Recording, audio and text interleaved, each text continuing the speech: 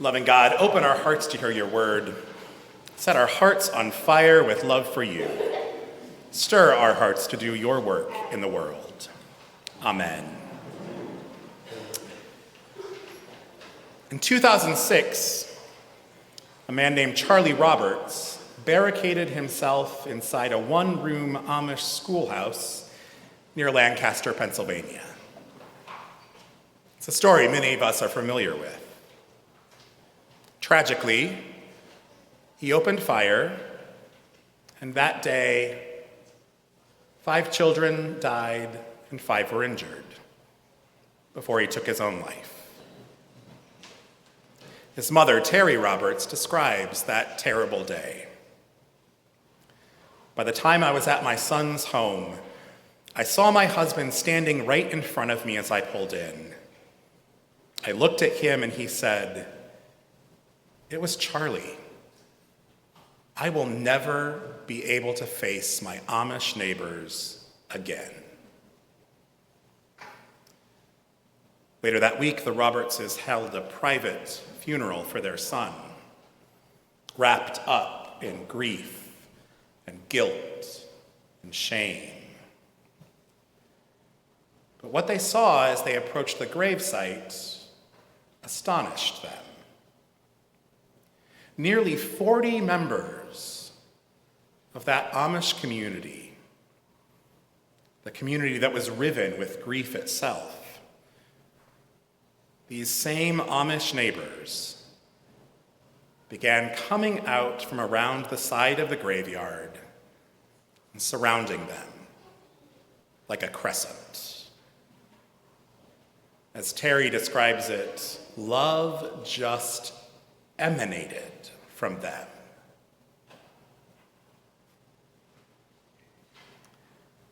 I hear this story and I am at a loss for words.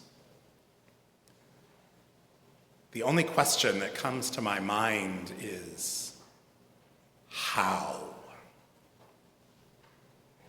How could these Amish people find it in their hearts to forgive the man who had torn apart their lives? And how were they able to do it so quickly? I don't understand. Forgiveness is at the heart of what it means to be a follower of Jesus. And forgiveness, I believe, is the single hardest thing Jesus asks of us. Jesus asks us to do some really hard things. Love the Lord your God with all your heart and soul and body and mind. Love your neighbor as yourself. Turn the other cheek. Love your enemies. Hard things. Impossible things. And all of these are only possible if we listen to what Jesus says to us today. If we learn the impossible art of forgiveness. Forgiveness runs counter to our human nature. We are wounded, and our initial reaction is to desire retribution. I am hurt, and I want the person who did this to me to hurt as much as I do. Maybe if they are suffering, my suffering will be a little bit easier to bear. An eye for an eye and a tooth for a tooth. We've heard that somewhere before, haven't we?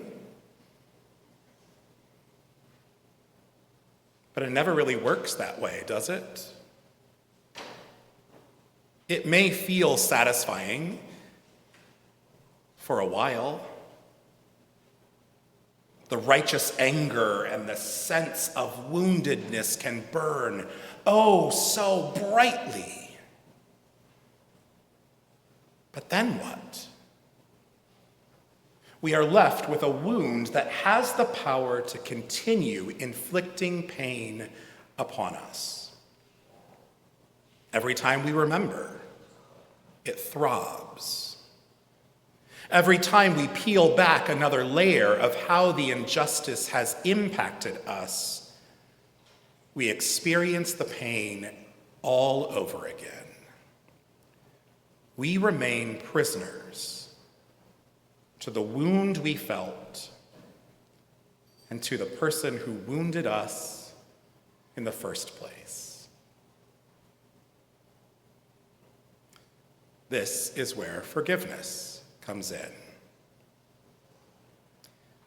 In an essay entitled "Moving Toward Forgiveness," Marjorie J. Thompson writes, "To forgive is to make a conscious choice to release the person who has wounded us from the sentence of our judgment, however justified that judgment may be. It represents a choice to leave behind our resentment and desire for retribution, however fair such punishment may seem. Forgiveness means the original wound's power to hold us trapped is broken."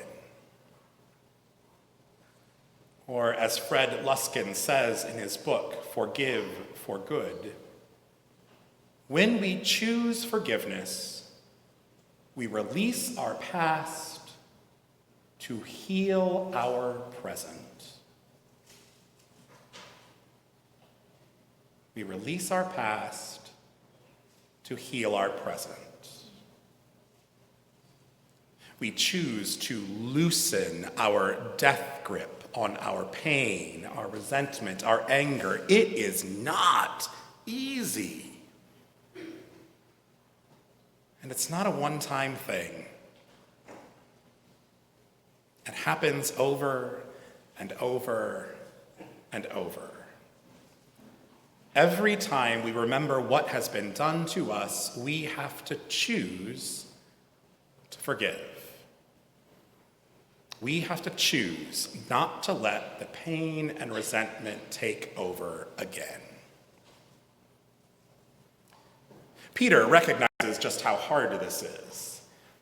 He asks Jesus if they even have to forgive a preposterously large number of times. "Lord, if another member of the church sins against me, how often should I forgive? As many as 7 times? Surely, Lord, there's a formula, a quota that once met, we can stop forgiving." But Jesus says to him, "Not 7 times, but I tell you 77 times. No, Peter, there is no formula, no quota, no limit. There is only forgiving today and tomorrow and tomorrow and tomorrow. There is only practicing forgiveness until it becomes something other than a conscious choice. There is only making forgiveness such a part of what we do that it becomes a part of who we are.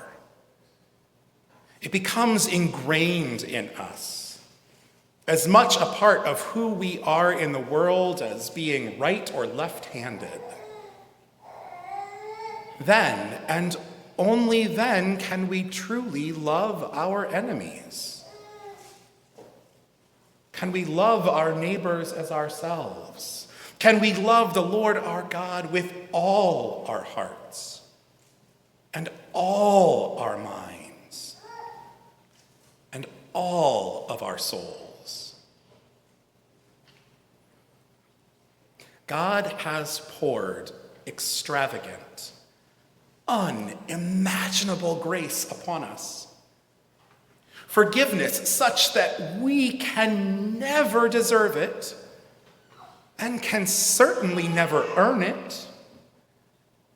And God does this without a thought, without strings, without limit. God does this because of who God is. And then, in turn, God expects us to practice the same. To not be hypocritical, like the man in the parable Jesus tells. Will we really take the immense blessing of forgiveness and redemption that God has bestowed upon us and then turn around and deny it to our neighbor,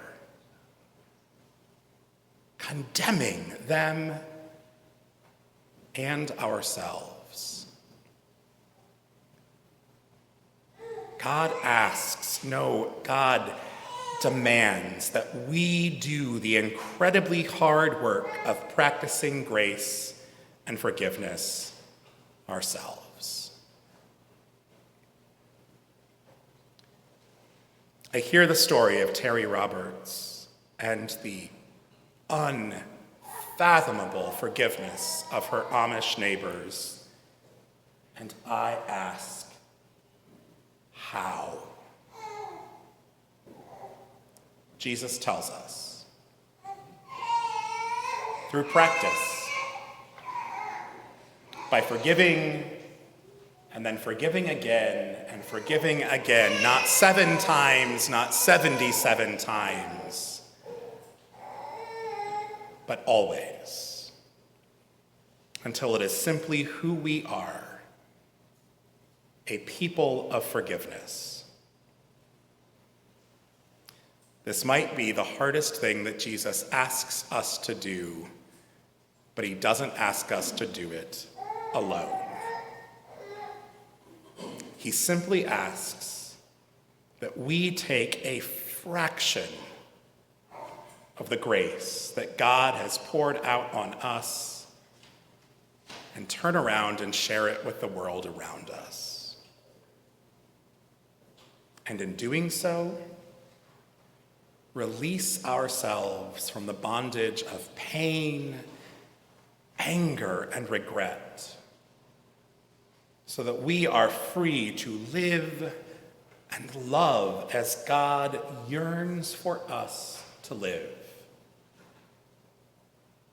To choose forgiveness, so that we might release our past and heal our present. Amen.